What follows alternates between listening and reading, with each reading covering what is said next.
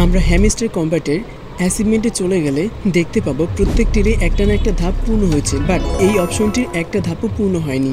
So আমি আজকে আপনাদের দেখাবো আপনারা কিভাবে কয়েন কম খরচ করে এই অপশনটির একটি ধাপ ফিল আপ করতে পারেন।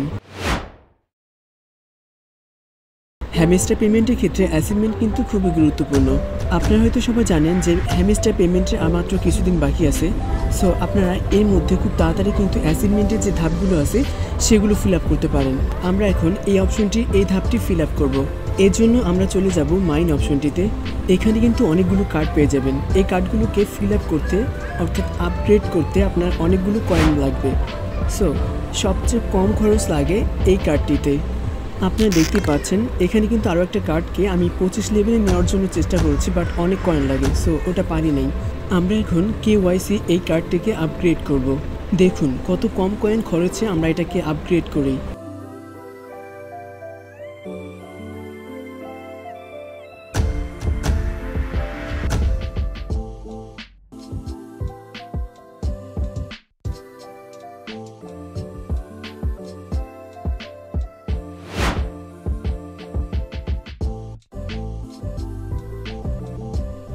সো আমাদের আপগ্রেড কমপ্লিট। তো দেখতে পাচ্ছেন এখানে কিন্তু অ্যাচিভমেন্টের একটা মেসেজ এসেছে। সো আমরা আপগ্রেড কার্ড 25-এর একটি ধাপ পূর্ণ করতে পেরেছি, যা ভালো মানের একটা পেমেন্ট পেতে আপনাকে সাহায্য করবে। আমার প্রায় 3 বিলিয়নের মতো কয়েন ছিল, সবগুলো আমি খরচ করে ফেলেছি। এখন আমার এই যে কয়েনের অবস্থা, আপনিও ট্রাই করতে পারেন।